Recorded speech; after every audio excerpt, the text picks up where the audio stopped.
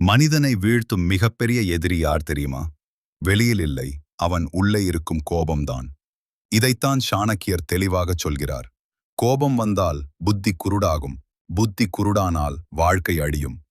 சாணக்கியரின் பார்வையில் கோபம் ஒரு நொடியில் வரும், ஆனால் அதன் விளைவு வாழ்நாளை பாதிக்கும்.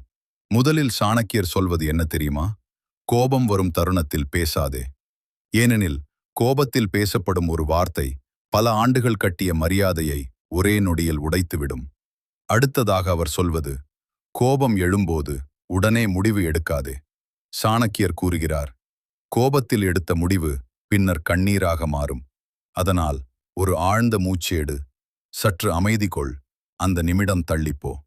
மூன்றாவது மிக முக்கியமான அறிவுரை, கோபத்தை அடக்குவது பலவீனம் அல்ல, அது மிகப்பெரிய பலம்.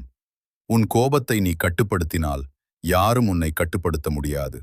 சாணக்கியர் சொல்கிறார், தன்னை வெல்லும் மனிதன் உலகையே வெல்வான். கடைசியாக ஒரு உண்மை, கோபம் உன் எதிரியை அழிக்காது, முதலில் உன்னைத்தான் அழிக்கும். அதனால் நினைவில் வை, கோபத்தை வென்றவன் வாழ்க்கையை வென்றவன். இதுவே சாணக்கியரின் மாபெரும் தத்துவம். இது போன்ற பயனுள்ள தகவல்களை தினம்தோறும் தெரிந்து கொள்ள இப்பொழுது லைஃப் அப்டேட்ஸ் யூடியூப் சேனலை சப்ஸ்கிரைப் செய்து கொள்ளவும்.